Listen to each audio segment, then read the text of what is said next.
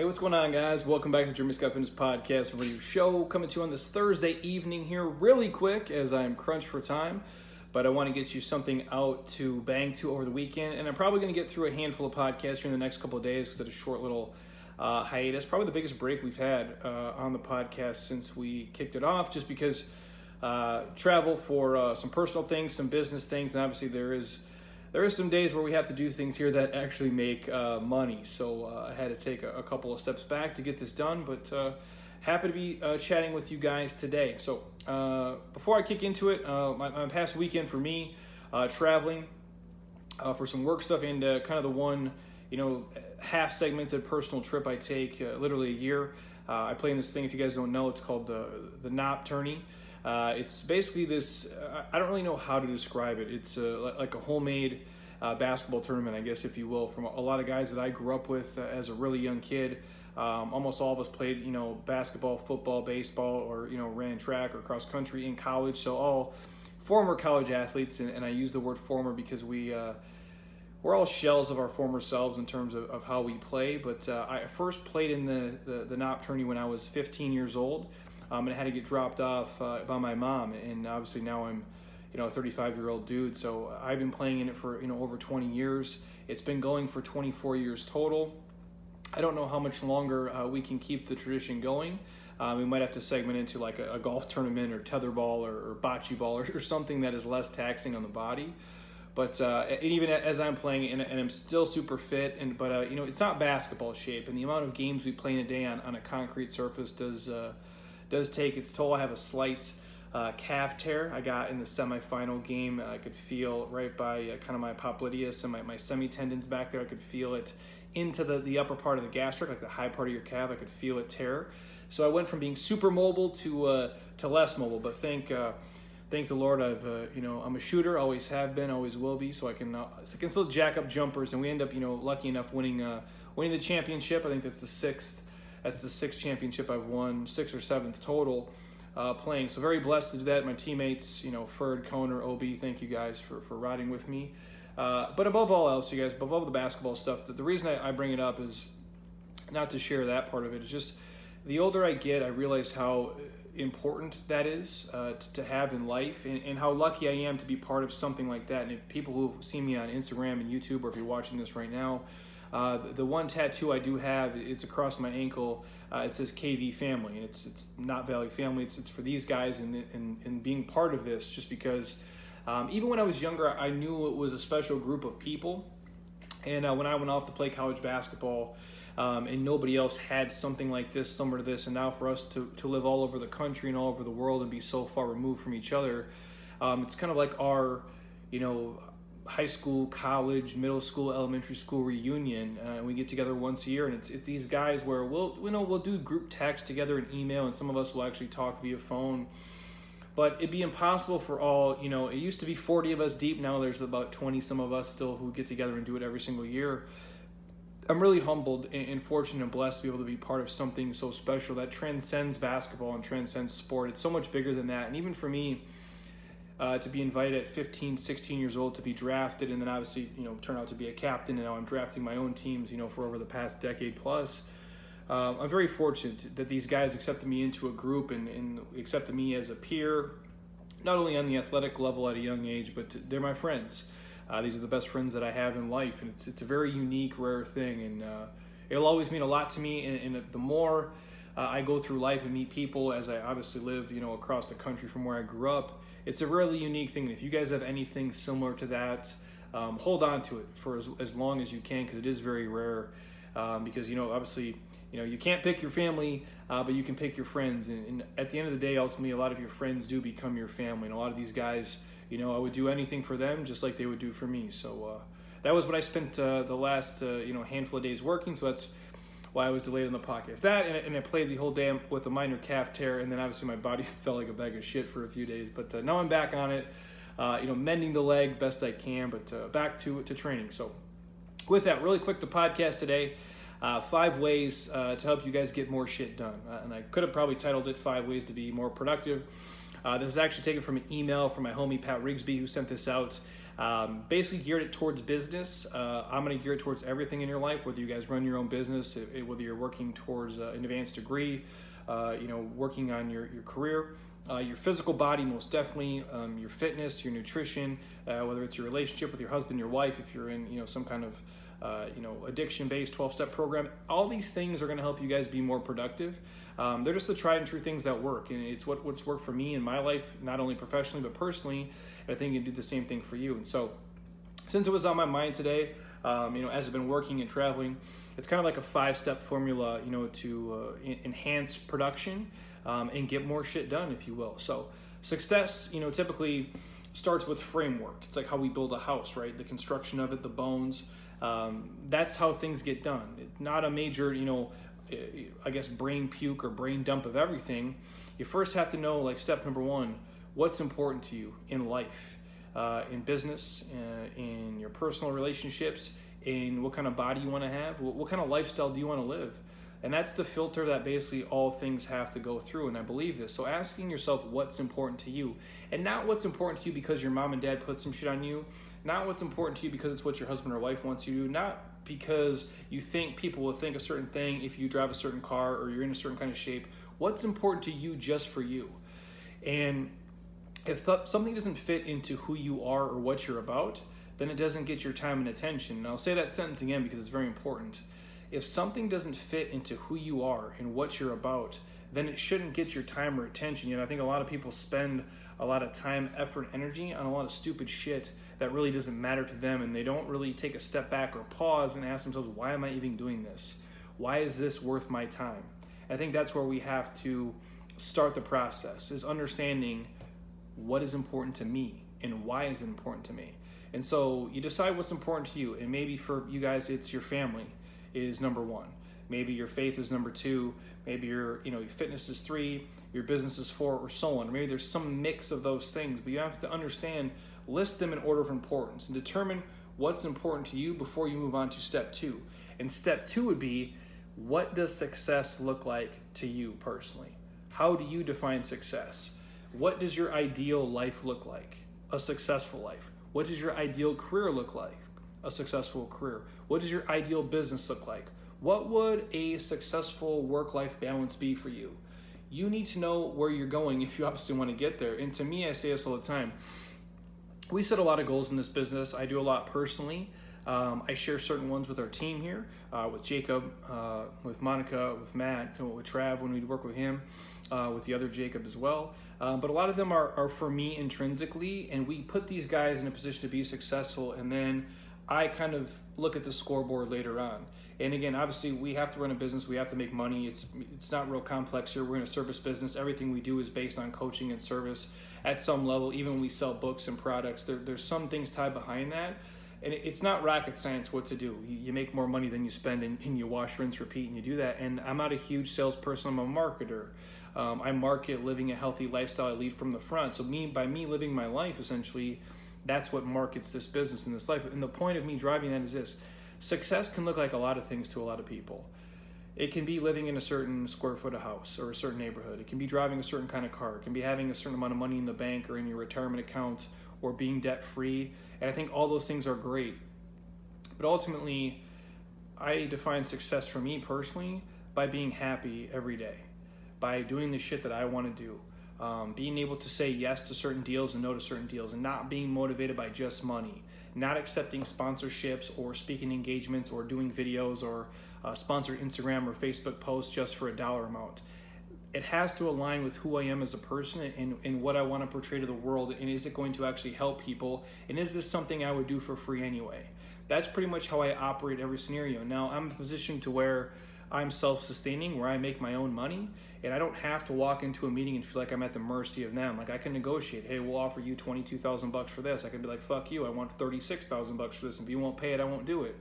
And it's like, I won't say this, I won't say that. I'll use this product in this context, but I won't use it this way. So you can't paint me in this picture and put me in this light if I do that. Now, I share that to share this, is that to me, success is doing what you want, when you want, and how you want to do it. Now, obviously, we all have obligations and responsibilities. I get that. But when you're in a position to be able to call your own shots for the most part and dictate your own schedule and create whatever kind of work-life balance you want, To me, that's what success is. Now, from the outside, people will see me and say, well, Jeremy, you work 100 hours a week, you get up at 4 o'clock every day, X, Y, Z. I'm choosing to do that. It's a conscious choice for me to do that. Now, I could run this business 19 different ways and do 76 different things that weren't this way, but this is the way that gives me the best balance for me. It's part of my process. I wake up a lot of times, you guys, and come in here at 4 a.m. and do the 5 a.m. groups, not for me, because I can't pay somebody else to do it, because I want to have a connection with these guys. I want to see them. I want to know who's showing up at 5 a.m. and who's showing up at 6 a.m. to work out, who's putting in the work. To me, that gives me some sort of relationship-based self-assemblance touch. And so that's what success is to me. And now it's up to you guys to define what it is to you. What does your ideal life look like? What does your ideal career look like? What does your ideal business, relationship, and work-life balance look like for you? Nobody else. Step 3 would be mapping the first leg of the journey. What steps do you guys have to take in order to make that happen? And what I mean is, look at the next 30, 60, 90, 120 days. And the map from where you are today to where you want to go has to have at least some outline. And from there, you can determine what can be done in that time frame realistically and what can't be done. And I say this in fitness, and this is probably true for business, paying off debts, education, everything. We drastically underestimate what can be done in 6 months to a year. We drastically underestimate what can be done in 6 months to a year, and we overestimate what should be done in 30, 60, or 90 days. People do this in fitness all the time. Oh, I've been working out hard for 30 days and I haven't lost 40 pounds. Well, no shit, dude. It took you a lot longer than 30 days to put the 40 pounds on. You can't build a custom home in 30 days. You can't, get six-pack abs in 30 days if you're 80 pounds overweight. You can't get a master's degree in 30 days. But yet, we'll quit after 30, 60, 90 days, and we won't give it the full 6 months or a year. And I'll take you one step further. If you have really grand dreams of being in the top 1% of shape, or running a top 1% of business, like you're gonna make, pay yourself a personal salary of $445,000 a year, that's gonna take you probably more than a year, you guys. It's gonna take you 2 years or 3 years or 4 years and so on. But most people quit far before they even see any progress or any momentum, and they want to change lanes 19 times because it didn't happen so quick. And the two skills I do have are, one, I don't give a shit what people think about me. So if they view me as a failure or things aren't moving fast enough or aren't growing or multiplying, it doesn't matter to me. And two, I'm patient. I'm patient as hell because I've never been great at anything, so everything is taking me forever. So when I map out stuff 30, 60, 90 days, if it doesn't happen exactly in that time frame, it's okay. How much progress did I make? I'm not trying to be perfect. I'm not trying to hit everything on the day. If I do, great, but I'm not going to beat myself up over it because there's always 19 different outside factors that can run the risk of something going wrong or missing a deadline. That's why we don't, like these corporate companies that operate on quarters where you can not hit your goal in quarter 3 and get written up, yet for the entire year you crushed your goal by 140%, but yet you're going to get in trouble because in this little 90-day segment, you didn't get everything done. I think is complete bullshit because they're at, the mercy of their shareholders for the stocks and stuff. And I get that in some corporate sense, but what I'm saying to you guys is understand you have to map out the journey. So if you want to get a certain degree, if you want to make a certain dollar amount, understand it. And if your goal is, people out there all the time, they throw out these arbitrary numbers. I want to make $1 million. I want to make $100,000 a year. And that's cool. I'm nothing against it. You should have some financial goals for sure. If you want to make $100,000 a year, then you're mapping out the year. You need to make $8,333.33 per month, every month for 12 months. So know if you're in a 90-day window and you haven't banked about $25,000, you are going to be behind. So having a deadline is cool and kind of mapping out what it's going to take for you to realistically reach that goal. So if you come to us and you said, hey, I'm 100 pounds overweight, I want to lose it in 3 months. Well, unless you're, dropping literally a pound per day, it's probably not going to happen. So set a realistic time frame. You can have grand goals and have them be so unrealistic, people will think you're crazy, but no, they have to be realistic for you and what's physically capable with your time, effort, and energy. Step number 4, you got to plan the week. And I do this by planning the days, honestly, which obviously make up the week. I do both. We have multiple calendars here. If you guys could see my desk on YouTube, I have like hundreds of these little Post-its kind of laying everywhere. We have a desk calendar. I have a written sheet and a Word document, and then obviously everything syncs to my phone and iPads, and we as a group talk about it as well. So I think mapping out a week is crucial for a lot of you guys. If you can go day to day, I think it's even better, and I'll share on that in a second. But when you decide what you're going to be doing for the week to move forward towards your goals, you have a few steps to at least follow and at least take. But this is where people get hung up for the most part. Like most individuals, most career people, most business owners for that matter, they overschedule and then they react to things as they come up. And they don't allocate enough time to get certain things done. So what I would tell you is commit to something. If something matters, schedule it for more time than you think it takes to get done. If something matters to you, schedule more time for than you think it needs to get in. Buy yourself a 5-10 minute cushion.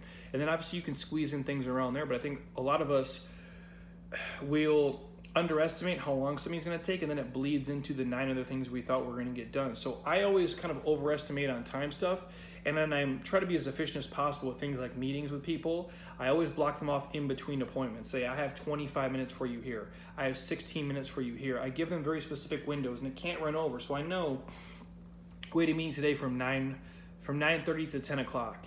And I knew something was wrapping up at about 9:15 for me, so I get prepared for the meeting quick. And then at 10 o'clock, we had people come in, so that I have to push this meeting out no matter what, where we're at. So I think that's key for you, is literally just mapping out the week. And I typically map out the day the night before. And I think this is the biggest thing for people. So, and I do this for everything, not just for business, but for my eating, my training, and everything else. So and again, I know the week. My training program's kind of, set in stone.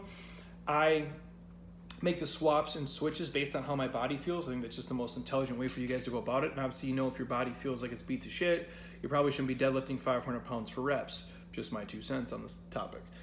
So what I do is, like, tomorrow is Friday for me. So I have my schedule here written out. I look at it. I got to be here before 5 o'clock. We got groups running at 5 and 6 and 7 and 8. Now, in between those segments, I'm going to be returning emails, doing social media posts. At 8:30, I have a photo shoot, which will run to about 9 o'clock. Our group runs at 9:15. I can bounce, go home quick, grab something to eat probably. And this is one of the rare days where I'll actually eat before I train, because I come back in the afternoon, we have some individual podcast stuff, and then we have some individual clients as well, and then I'll train later in the day. And so I kind of have an outline of what it's going to look like. So every night before I go to sleep, I would say, okay, when am I going to train tomorrow? When is my dedicated training block? When are the times I have to physically be with people? What are the 2 big rock things I have to get done? When am I going to be able to eat either 1 or 2 meals tomorrow? And what can I pack and bring with me in order to be successful? And I do that every single night, just so I'm not stranded somewhere and I'm stuck and I'm starving, I'm hangry, somebody, takes up time so I can't train myself. I always dedicate certain blocks of time to get certain things done every single day. And then the other stuff is just secondary. So I have a list of 10 things that are like, my to-do list, if you will. And that, again, the list, you guys are always going to come and they're always going to grow. But if I have a list of 10 things, there might be 2 or 3 that are solidified that are non-negotiable. Those are musts. I must get those done.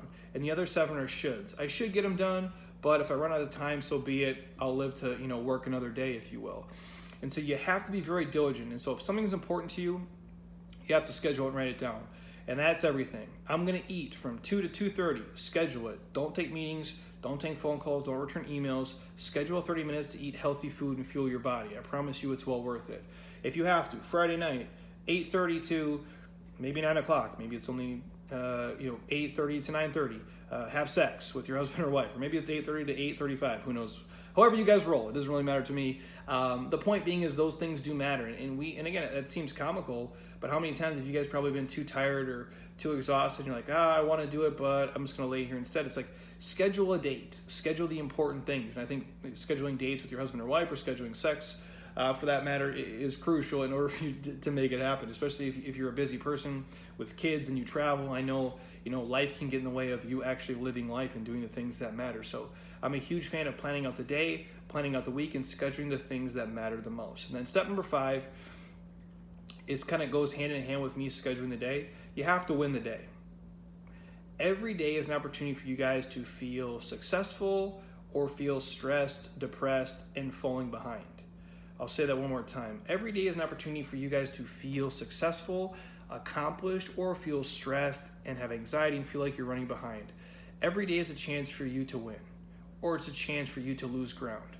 And only you can decide that based on how you kind of go through the day and how you view it and what you're actually going to get done. So every day you should take some small steps towards the things that you define as being successful, or you're taking steps towards getting the ultimate goal, whether that's the next degree, or the next job opportunity, losing 2 more pounds, paying off $1,000 of debt, eating 2 more healthy meals, logging another day of food, whatever the thing is. And if something isn't rolling the right way, if one of those steps isn't fundamental to your daily responsibilities you guys have, you're going to fall way behind. And so you have to really just put these pieces in play in order to be successful. And if you work through these 5 steps slowly but surely, like focusing on just winning the day, or for some of you, if it's in terms of eating, just winning the meal, winning breakfast. Don't worry about the other, 2 or 3 meals a day, whatever you eat. Just win breakfast, and then win lunch, and then win dinner. Don't worry about the 9 other days coming up. And you can plan for them and look, okay, I have a work meeting, we have a family party or a kid's birthday party to go to, whatever it may be. But win breakfast first. You have to win Monday morning before you can win Wednesday afternoon. And that's the biggest thing people do. They try to skip the pages and skip the steps. You don't read chapter 1 and then read chapter 9. You read chapter 1, you read chapter 2, and so on and so on. It's the same thing here. You have to work through the 5 steps, you guys. And if you do that, you get the 20% that's going to create the 80% of the productivity. Does that make sense? When you work through the 5 steps, you've got the 20% that's going to create the 80% of productivity through success. It helps you get past, being just busy, and it helps you guys actually get shit done in a meaningful way. Now, that's probably as deep as I can go in on a quick podcast, to cover through the detailed steps. I can provide a million examples that help you guys navigate through. But again, I'm going to run through them really fast just so you guys can understand. This is probably the easiest way for you guys to get things done, not just in your career or if you run a business or in your physical body, your eating habits, your relationship habits, and everything in between. Find out, step 1, what's important to you. Step number 2, what does success look like to you in your marriage, in your career, in your physical training, in your nutrition. Step 3, map out the first leg of the journey, the first 30, 60, 90 days from where I'm at. And if you're already on your journey, stop for a second. What can I enhance the next 30, 60, 90 days? And map out where you are today and where you ultimately want to go in 30, 60, 90 days. And then set a big goal. Where do I want to be at in a year? Where do I want to be at in 2 years? And then take little steps towards that, like planning the day or planning the week. I think both are crucial and both are ideal. So map out the whole week is a broader scope, and then map out each individual day in detail to see how I'm going to get there at week's end. And then number 5, you got to win the fucking day, man. You just do. You can't worry about an entire perfect week of working out. Oh, I got to travel this week. My workouts are going to suck for these 3 days. But if you're not traveling for 4 days, just win day 1. And then worry about day 2. I think often we worry about the things in the distant future, a year from now, 3 years from now, 5 years from now. I know a lot of people who, my wife has done it for a long time. Friends, family members, other clients here have done it too. We worry about the future, and we worry about it in what are the 19 negative things that can happen down the road. And more often than not, those things never even come to light. Or we switch gears, or we switch goals, and the things that we worried about and spent so much time, effort, energy stressing on really end up not meaning shit in the long run anyway. So that's why I'm a huge believer of just kind of winning the moment and winning the day. And I don't look, I do look to the future. I do think about it. Obviously, we have a goal, like I've shared this 100 times already, to pay off our house in probably 12 months from now, hopefully even less if possible. So hopefully we're 11 or 10 months away. We'll see, depending on, the world could kick me in the face tomorrow and that could fuck up my whole plan, but that's where we're at. And it's a broader goal, but how do I do that? Well, I have to make money today. I have to make money this week. I have to make money this month. And all we're doing is making a payment a month, every single month. But inside that month payment, it's individual days of earning money, individual weeks of earning money, budgeting, communicating together, and then winning July, winning August, winning September. I'm not worried about winning next February already. I have to just worry about July as it is. It's the little steps that I think we often forget. You want to do, 10 pull-ups. Well, just worry about doing 1 pull-up first, then 2 and 3 and so on. And people are like, oh, I got to lose 50 pounds. That's cool. Worry about losing 1 pound. Worry about losing 2 pounds and 3 pounds. It's the small steps. Winning each day ultimately helps you win the week, win the month, win 2 months, 3 months, 6 months, and you win the year, and eventually it becomes your lifestyle and you start winning at life. So again, those are just 5 real quick basic things you guys probably already know, maybe you do, to help you be more productive and literally just, get more shit done in the same context. We all have the same 24 hours. If you guys are watching on YouTube, I got the t-shirt on right now. We all have the same 86,400 seconds every single day.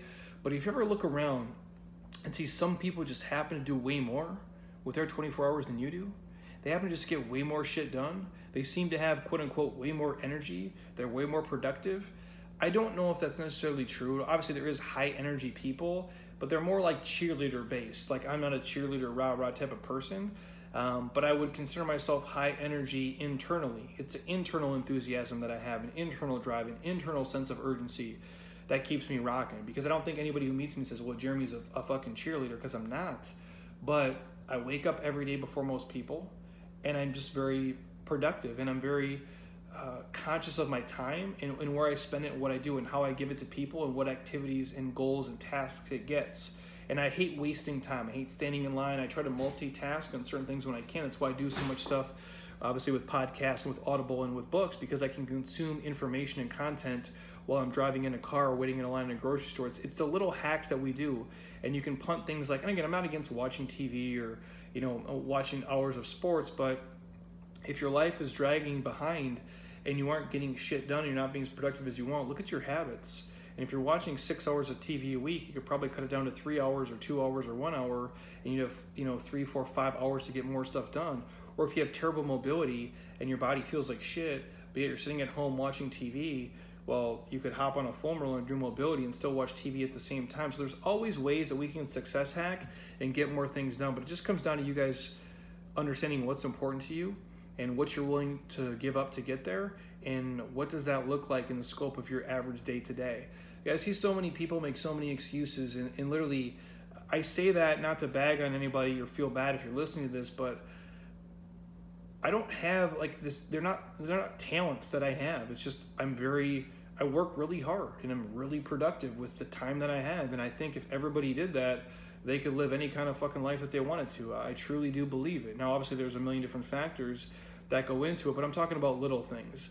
You guys, and again, I think we think of being successful or unsuccessful, or being financially, wealthy versus being, stressed and broke, or living paycheck to paycheck, or being mobile, or being fit, or being strong, or being weak, as these monumental leaps, and they're not. It's kind of like when you look at a golf swing. The difference between hitting a perfect shot on the fairway and slicing it in the fucking trees is millimeters. When you look at some of the studies from the top plastic surgeons, and they, how they quantify beauty in human eyes, how we see it, we think of it as, it's 8 inches between the eyes and 9 inches. It's not. It's millimeters between our eyes. It's millimeters between our nose and our lip, and from our bottom lip to our chin, and how symmetrical we see a human face. It's literally millimeters of difference between perfect golf swing and terrible golf swing. It's millimeter difference between looking like Bruce Willis and not looking like Bruce Willis. The point I'm getting at is, we think, to be mobile, to be strong, to be financially independent, to be educated, to be smart, to be happy, to be successful, to be productive, we have to take these giant steps every single day. But I'm telling you guys, more often than not, it's the millimeters. It's the small steps. It's the small habits. It's the small things, like mapping out the day, knowing what it looks like to you, giving up an extra cookie, giving up an hour of TV, waking up an hour earlier, or getting an extra hour of sleep in order to do the things you want to do. It doesn't got to be rocket science. It doesn't got to be giant steps. It's little steps compounded over time, which end up being the giant steps that make you successful, not just in health and fitness and career, but in your relationships and everything else you do in life. So that is today's podcast, a little bit of spin-off of my man Pat Rigsby of 5 ways to get more shit done and help you be more productive in everything you do on this earth. So hopefully you guys enjoyed it. Again, simple stuff, but hopefully just a little reminder to get you rocking and rolling. We do have, I believe, the Nutrition Request podcast that I'm probably going to get to hopefully tomorrow or Saturday. Worst case, I'll get to Sunday morning, but I'm trying to get you guys 2 or 3 podcasts here in the next couple of days. I have a handful more productivity hacks and some other things to touch on. But if anything else you guys want to hear on the podcast, hit me up, shoot me a message in detail. I'm happy to record if I can speak on it. And if you are on iTunes right now, stop. Don't be a lazy ass. Open up your iPhone, your MacBook, your iPad. Open up the iTunes or the podcast app. Type in Jeremy Scott Fitness. Drop me a 5-star. Leave a comment. I truly do appreciate it. And the biggest way you guys can pay me back is just sharing this with friends and family. If I provided you any value whatsoever, share it with them. Tell them it's the greatest podcast in the world. Warn them that I swear. So don't hate me for that, and just understand that's part of me just being the damaged human that I am. It's just kind of how I roll and how I express myself. It's what I feel in my heart. And so sometimes fucking shit come out of my mouth. And so hopefully you guys can get past it, or you dig it. And hopefully I can be the voice. If you can't say it in your job, in your career, or friends and family, and you really want to, I'll be that person for you, and I'll do the release for you. And hopefully it gets you jacked up and helps you guys just keep rocking and rolling. So I'll be back probably tomorrow or the next day with an episode for you. We do have a handful of guests coming to the podcast. I'm going to get the guys from Beam CBD coming on in about a week here. We get my man Jeremy Williams, CFO to Ironman as well. He tore his hamstring the other day, so once I can get him in here, I'll be talking to him. And a handful of my fitness homies as well. But again, if you guys want to hear certain guests or touch on certain topics, whether it be finance, relationships, male hormones, female hormones, or whatever it is, just shoot me a message. I'm happy to get an expert in here that I trust and want to rhyme with, and we'll do it. So until next time, eat well, train hard, be nice to people, and please just keep doing shit you love with people you enjoy, because your life is too short not to. I'll talk to you guys soon. Peace.